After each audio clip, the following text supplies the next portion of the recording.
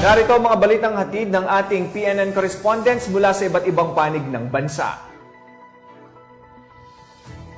Simulan natin ang balita sa isang malaking operational accomplishments ng pulisya sa Sulu, kung saan mahigit 12 milyong pisong halaga ng marijuana ang binunot at sinunog sa isinagawang interdiction operation ng PNP at ng Philippine Drug Enforcement Agency. Ang pagkakadiskubre sa plantasyon ng marijuana ay hindi inaasahan ng mga operatiba sapagkat isang buy-bust operation dapat ang kanilang misyon sa naturang lugar. Ngunit sa hindi inaasahang pagkakataon ay sumambulat sa kanila ang malawak na taniman ng marijuana. Alamin ang iba pang detalye sa report ni Patrolwoman Maria Cris Agabre.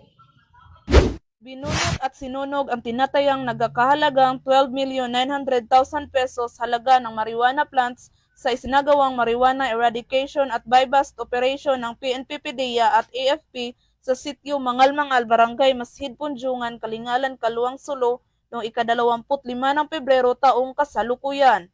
Ayon sa ulat, magsasagawa ng buy-bust ang mga operatiba sa target ng operation na sina alias Rene at alias June.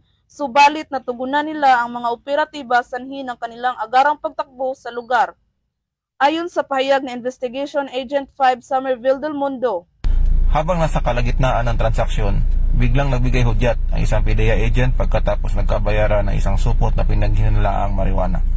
Agad namang sumugod ang iba't ibang elemento ng pamahalaan para arestuhin ang mga nasabing suspect, ngunit ang mga ito ay natunugan ang maparating na pwersa ng pamahalaan.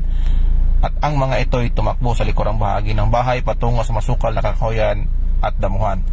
Habang hinahabol ang mga sospek, sumambulat sa mga elemento ng pamahalaan ang malawak na taniman ng marijuana. Nang hindi na matagpuan ang mga sospek, binunot at sinunog ang mga nakitang 2 puok na taniman ng marijuana na umabot sa total na humigit kumulang 15,000 tanim ng marijuana. Sa humigit kumulang ng kalahating hektarya ng lupa na may halagang 12,900,000 piso.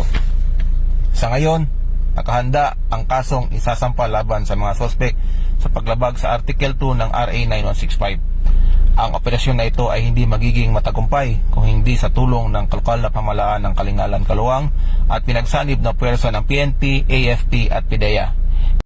Ang mga ebidensya ay susumite ng PDEA sa crime laboratory para sa qualitative test.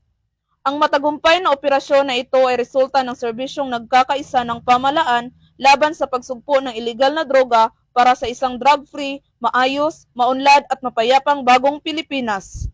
Mula rito sa rehiyon ng Bangsamoro, ako ang inyong PNN correspondent, Patrolwoman Maria Cris Agabre, alagad ng batas, tagataguyod ng balitang pulis. Maraming salamat, Patrolwoman Agabre.